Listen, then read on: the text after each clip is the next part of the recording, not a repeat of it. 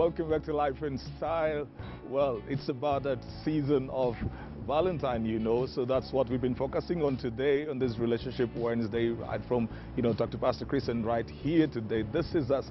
Well, This Is Us is actually today, This Is Us, because you get to hear the story of myself, and today she's my guest and my co-guest and my co-host. That's my wife, Beryl Atemo. Babe, welcome to the show. And we're coming to you, from the 4 Points Sheraton at the airport. Such an ambience, and then we've got a very beautiful view. I'm right next to the pool over here.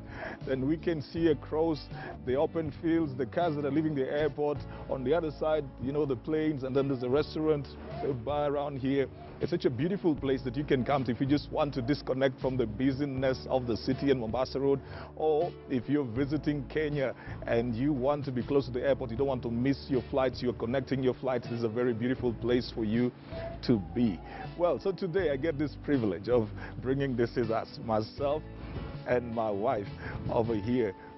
Been married for about 15 plus years, and then over 4 years of courtship, about 5 years of courtship, about 20 years of friendship. Babe, so how's that been for you? It's been good. It's been good. Yeah, the bigger percentage is good. What do you mean the bigger percentage is good? Not been all good, but it's perfect. It's been good. Okay. Yeah. When we normally talk about our 4 or 5 years of courtship, for some people, then that looks like that was too long. Yes. People say that. People tell me that, like, why would you do that? We didn't even plan to make it 4 years, but it just happened. No, because we were just getting started with a lot of things. In many ways. Yeah, so it's not like we plan to have a 4 or 5 year courtship, and it's not even the standard. But we love it because it built up a sense of friendship. Exactly, we became buddies. Yeah, you were in college. You were winding up college. I shared the story of how, I got to see you one time in church. I got to see her one time in church, and then for some reason I got interested in knowing who she was. And you used to walk alone a lot. Yeah. I'm alone now. I was always by myself. Yes. So she was walking home alone, and I tried to catch up with her at some point. I saw her the first time in church, then it took a while before I saw her again because I was not frequent there. I also was just winding up with college. And then I see her another time. I try to follow her to the stage. I didn't know it was to the stage. I thought you were walking home. Oh, yeah. But I think I boarded a vehicle. From what you told me, it's like I boarded a vehicle home. Home. Then there were no cell phones. Yeah, you were stalking me. There were no cell phones. There's no way to catch up with you. I didn't know who to ask. I didn't know who was going to give me your number. I didn't know your name. Until I saw you walking with Tina. Tina is a friend of ours, Yeah. Tina is a friend of ours those days. So, and she's somebody that was my friend, but then they used to come for fellowship at our place. So then I saw Tina. Then, so here I am. I'm interested in this girl, and then now she's become a friend to my friend. So I don't know how to relate with my friend anymore without letting out the fact that I've gotten interested. And then we just became friends. Yeah, we just became friends. Tina had several friends. So yeah. I thought you were just one of them friends. I was. She had many male friends. She did have many male friends. So I just thought you were one of them. I didn't know you had other interests. No, babe. I was just a friend, and so I think when we kept on meeting, then that was growing. Turned into what it is now. Yeah. You remember when I first came and told you my intentions? So I didn't know what you're going to think, because church setting, you're not supposed to tell a girl you loved her in those days, It would look sinful. So here I am, and I'm thinking, my God, I'm interested in this lady, and at the same time, I have to be spiritual at the same time. So what did I even say? I told you to go and pray. Actually, you talked. You didn't even let me. I realized you were nervous. I was very nervous. Even the walk, we were taking a walk, but the walk became longer than it was supposed to be. That's when I realized you had something to say. I was very nervous. You were very nervous. Because I was afraid of saying something, then I lose the friendship, which I also valued. I can't remember exactly what you said, but I know you talked about, I care for you more than blah, blah, blah, just something like you I was trying to find lines that are Christian at the same time. You did well. I tried. You tried. Yeah, because I was trying to keep the friendship. It's not very easy to transition from friendship to having a relationship. It can backfire. Yeah, it can yeah, so I was trying to keep the friendship, and at the same time, trying to see whether this can lead into something else. Then when we started dating and relating, we were so used to hanging out with each other. Yeah, I don't know. That it caused a lot of problems. A lot of problems at church, at home. I was living with my aunt, and I had a lot of responsibilities at home. And at church too, I was serving in church. So it brought problems because walking to church, walking out of church together is picking me from home, dropping me home, or rather walking me back home. It was just a problem. And we were just trying to be as natural as possible. Exactly. There was nothing that was of malice. We were not trying to be rude, rebellious. So we just liked hanging out with each other. Yeah, we were just in love. And we do that till now. Yeah, we do that till now. We don't get tired of each other's company. I could follow him around every other day. There's a time after we just got married. So there's a time we visited my mom. We were used to being in a small house where we were within each other's space. So we went living in a small house. Yeah. So we visited my mom, and then she tells you, na nyinyi mnafuatana fuatana. Yani nyinyi mnafuatana fuatana too, because I'm cooking, he's following me, we are talking, he's following me. I'm going to pour water out, he's following me, we come back, we're just talking. We were just used to doing that, yes. I think in the initial days, people would say, you'll get tired of each other. Exactly, that's what people would say. You get bored. Then because we didn't grow up in Nairobi, so had to shift into Nairobi and just kept on building the friendship. Yes. Caused you a lot of problems. We were friends. I enjoyed your company. I think you loved my company too. A lot. Nobody demanded like you have to. How come you didn't come? How come you didn't pick me from school? Or how come you didn't accompany? It was a flow. So I think with that. I talked about in the service the other day, and you're not in. She just celebrated her birthday 2 weeks ago or something, and then I was sharing about how one time you were taken home, and I showed up to the village. You were taken to the village so that you stop seeing me. Yeah. And then without Google Maps, I showed up in your village. I thought you were crazy, honestly. It's my younger brother who came and said, Beryl, somebody is calling you. I didn't think much, and then he told me by the side, looks like somebody I know. So when he told me the name, I was like, you're not serious. Did you see correctly? He said, yeah, he has said I should call you. Hey, I gave up. I actually went into very difficult territory then. Because this was a home of an administrator. Somebody who could just call up boys and then I'm arrested. He's a chief. Yeah, he was a chief. And chiefs were very powerful those days. They're very powerful. And I came to the village, looked for you, and I was thinking like you need to come back or something. So the greatest thing for us has been the friendship, right? The greatest thing for us has been the friendship, and it's been so natural. Yeah, I think it has helped us a lot. Yeah. What are the things that when at the initial stage, getting into the relationship, so we're starting, what were your greatest fears? My greatest fear, one of the fears was our financial status, and I think that also contributed to us not getting married faster. I felt we didn't have an income, and we actually did not. We didn't have an income, so I was wondering, but then I was sure we would be fine. There's no way we can't lack food, but especially because of my mother. My parents, my mom was she kept drumming that, like, what will you people do? Do you know people pay rent? Where will you live? ABCD, so many things. And then your mom, just like my mom, they were teachers, so they had a certain level of firmness. I'm telling you. Of things that needed to be done. Yes. Yeah, then there was the other family part of it, so they're wondering, why is this man, he's gone to college, and then he says he's a preacher. Yeah, he's a preacher. That wasn't a profession. No, that wasn't a profession. Everybody wants to hear something he works like... in church, for church. As in, it's just, no, they just wanted a proper career to be comfortable. Me, I knew there's no way we will lack what to eat. We will not lack what to stay, where to stay, because he is hardworking. You're very hardworking.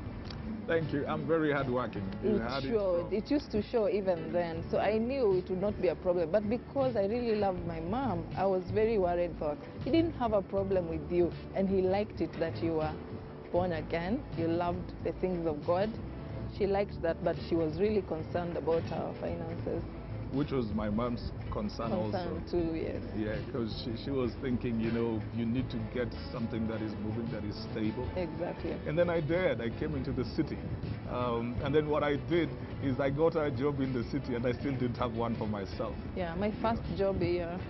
He got me my first job. You got me my first job, babe. Thank you. I did. When we met, I used to talk like for 2 hours, then you do the listening.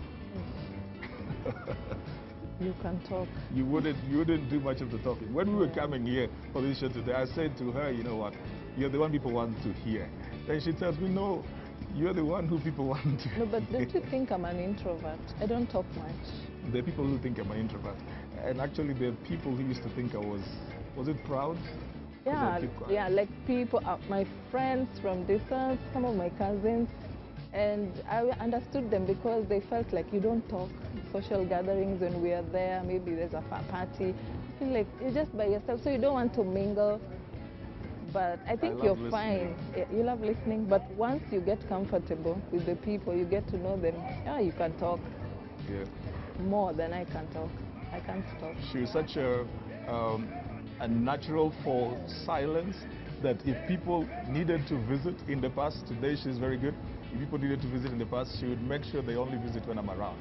I would never let a visitor come when he's not there, no. Because they'll expect me to talk.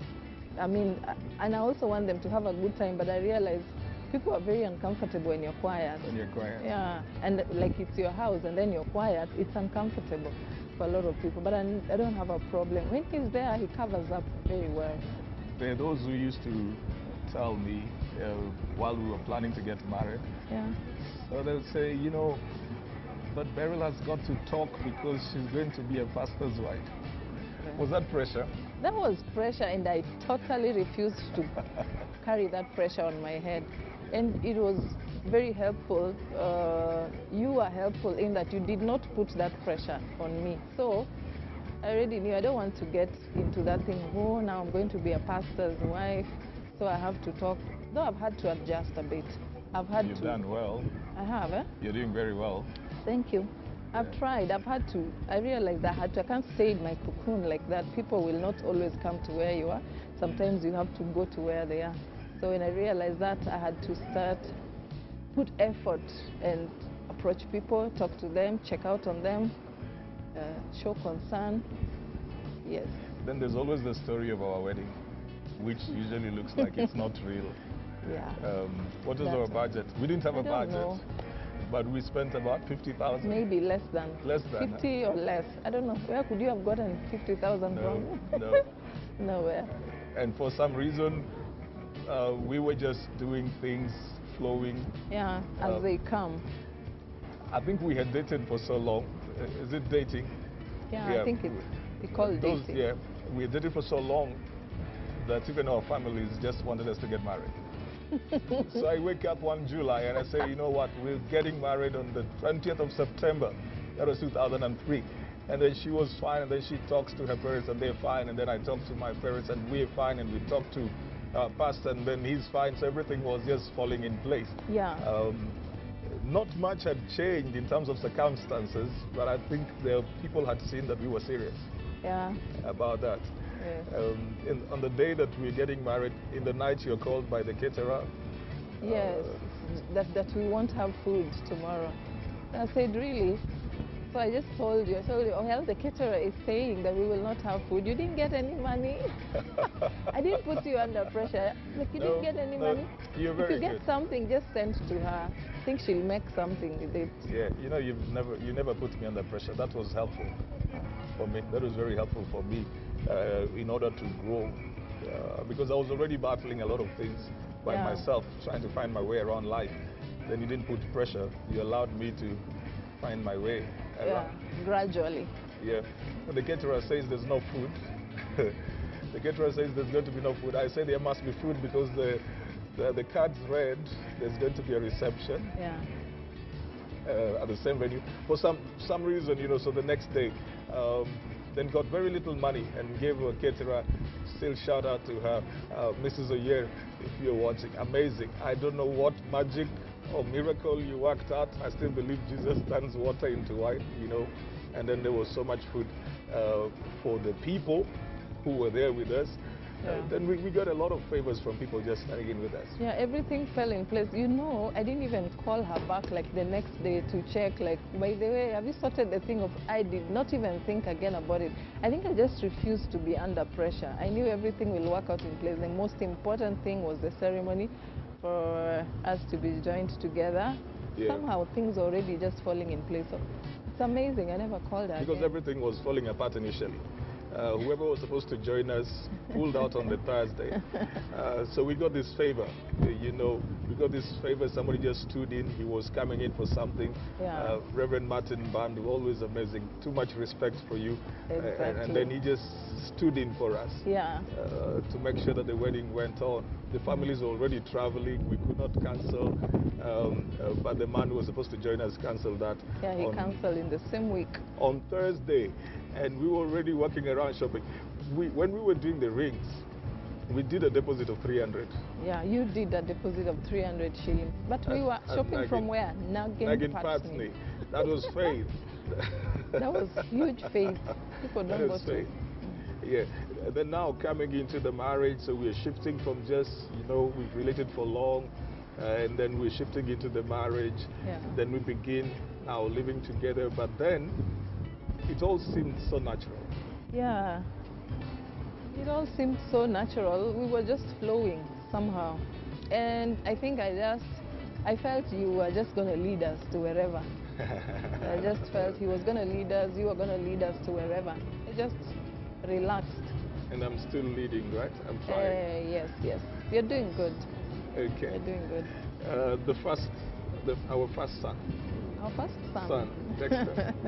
Wow, yeah. The experience, the pregnancy all the way to the place where he was born. It was peaceful. The pregnancy was all right. I didn't have complications, yeah. But we were broke, huh? Yeah. We were broke, but we were okay. We were fine. We didn't like broke like you don't have food, but we didn't know which hospital to go to. Then we booked a certain hospital. We got some little money, booked a certain hospital. Never thought of having a C-section. But that came up the very last minute, like the last day I was in labor. I remember we were walking in the night from deep inside of Pangani all the way to KIE. Yeah, that was early morning. The water had broken. It's 3 a.m. Yes. It's drizzly. Yes. We can't get a taxi. We don't have money. Wait, we couldn't get a taxi because we had kept aside some money for taxi, but you lent out to your friend. Yeah, Let's not go into details, but he lent out money that was supposed to be for taxi in case I'm in labor. He lent out to a desperate friend who was supposed to give back the money in good time, but they did not. So no, they didn't give the money. Yeah, they didn't give back the money. So we got a lift in a canter that was delivering milk. Delivering milk at 4 a.m. So that's how we were picked up. 4 a.m. we got into this place. So that's the only vehicle that stopped. I tried to stop so many vehicles, they refused. And then this vehicle that stopped, it was a canter. There were 3 of them at the front, milk at the back, and then so we squeezed in. They're taking in this pregnant woman and their husband. So we 5 of us at the front, dropped us in town. Yeah, just opposite Kenya Cinema, where number 11 or what, the Langata vehicles used to be. Yes, and then I tried to get myself the taxi guy, so I wanted to give him the only phone we had. Yeah, because we didn't have money. We didn't have money, so I wanted to give him the only. He said either the phone or the ID. And you said, no, you're not giving out. You're not giving out the phone. We wait for the matatus. Matatus were not yet there. Then one came. Then one came. And then we had this issue of, the C-section, and didn't have the money for it. Completely. And I was the only visitor. I was the only one visiting you in hospital. Yes. I've earned my place. I was the only one visiting you. And so everybody would bring in mineral water. I was boiling water. At the hospital, the way that you have lockers, desks, Yeah. my desk, is it a desk? No, a cupboard like next to your bed. That was the cleanest one. It didn't have anything. It didn't have anything. It didn't have anything. People's looked like some supermarket shelf. Everybody had so many fruits, juices, drinks, and water, stuff. all sorts of drinks, food. I did not have that. I would be just having water that you'd boil from home. I boiled water. I would bring in tea from home. Yeah. I would bring in nappies. I used to wash the nappies. I would pick them up in the evening. Until there's a lady one day who felt sorry for me, next to me. She told me, let me give you a diaper. She gave me 2 diapers. She told me, just use at night only, because it's so hard to change the baby at night. Because I would use the nappies, then he would come for them, go wash them at home, bring them the next day. I go home, then I just clean them, then I soak them, then I wash them in the morning, do the cooking, go to the hospital, come back, and guys are looking at me like I'm washing and drying up the nappies out over there. It was interesting. But those things, they form, and they form part of the story. Exactly. Yeah. They form part of the story, makes the whole thing, I don't know how to say, but it just forms your story that would encourage somebody else who might be going through less than half of that, and they feel like they're not even supposed to be here on earth. They're suffering too much. Yeah. And then slowly, then things were beginning to open up. Yes. So yeah, we have three boys. Yeah, now we have 3 energetic boys. Who always keep on checking out on you more than they check out on me. Boys are mamas. They will wear me out when you travel. Like, when is that coming back? When is that? If you don't tell them while you're still there that you'll be traveling, it's a big problem. Yeah. They love you too much. But what about our adjustments to church life? So they were children. We've had several adjustments. Yeah. Moving into marriage, and we had the adjustment of children coming in. Yes. And those are really tests to the friendship. Exactly. Whether the children will become a distraction. Yes. And then there was the issue of church also coming in and taking up space. Yes. So how was your adjustment? I think my adjustment it wasn't easy, but it was smooth. It was all right. Had a lot of hiccups because you're always learning. Things I didn't know, blunders, mistakes I made. There's some few mistakes I made there at the beginning, but I think God helped me, and then you were also helpful. I learned a lot. The friendship was helping us. The friendship that we had was helpful, because then our time got narrow. It got, space became so small. There's children, the spiritual children then. Yeah. There's a lot of things to be done. Yeah. But then now the thing that we used to love doing, of going everywhere together, was very helpful. Yes, because we already did that in the initial years. We were fine. So everywhere we would go, then whether we're going to church or we're going somewhere, we're visiting most of the time together. Yes. To help create the balance. Yeah. And then other things came up. And so this is your ordinary hobby. Yes. The ordinary hobby then became a bit more public. Yeah, then it became public. But that has never been an issue for us, right?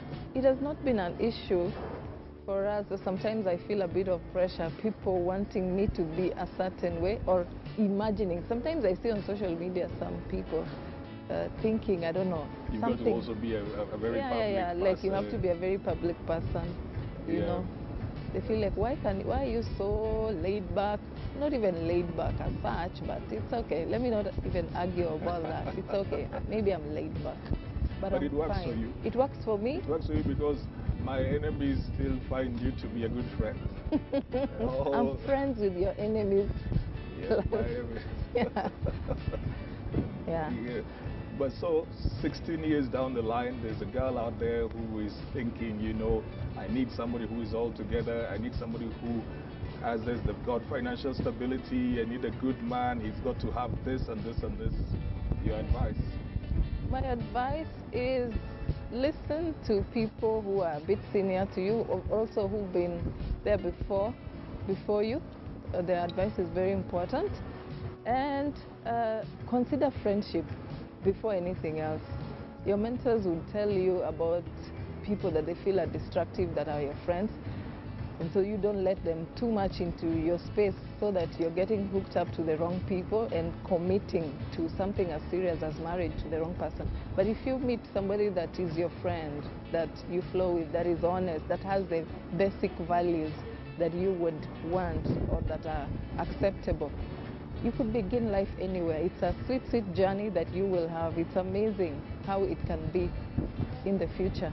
You don't have to wait for somebody, some particular person in your head or in your imagination or that you see out there on social media that's looking somehow. Do you think social media is putting too much pressure on relationships now? Because we used to walk everywhere, there was no social media, there was nothing, we just wanted to relate with ourselves. Yeah, it does. It's putting unnecessary pressure, both on the ones that are in marriage and the ones that are looking forward to marriage. The ones that are looking forward to marriage they want a certain kind of couple that they see on the social media, taking photos together, smiling, going on holidays, taking photos. That's what they want, and they want it now, like that. Yeah. The ones that are married are also getting the pressure of, they want to be like the other couple that is ABCD on social media, but that's just social media. It's not necessarily the real thing. Okay. Well, after over 20 years of friendship and then, you know, about 16 of it in marriage, there's too much that we could talk about. And of course, we can't have all the time to talk about that right over here. But I'm so delighted, you know, to have this opportunity just to share with you from my wife and I. She's been a pillar, a strength, you know, working with me. She works with me in ministry. My sons are so blessed to have her. Then a family. You know, one of the amazing things about her was that my sister, she passed on about 10 years ago, she would call her every morning. Every single morning, 8 a.m. If my sister didn't talk to me, she would talk to my wife. My mother used to do the same thing. So it doesn't have to be like, you know, the in-laws and people don't agree or something. No, she's always been a pillar. She's the connection. Even my brothers, they know they want to reach me. They use a woman of grace and strength. And the friendship that we were building over time has just been helping us just flow ordinarily. So you might not see too much of our photos on Facebook because we didn't start there. We're trying until we started as ordinary people, and we still these ordinary people. Well, that's all the time we've had today on This Is Us and on Relationship Wednesday. You go out there, make everything count for you. Good friendship, build real relationships. Don't let tomorrow put you under pressure. Just live life. Have a lovely day.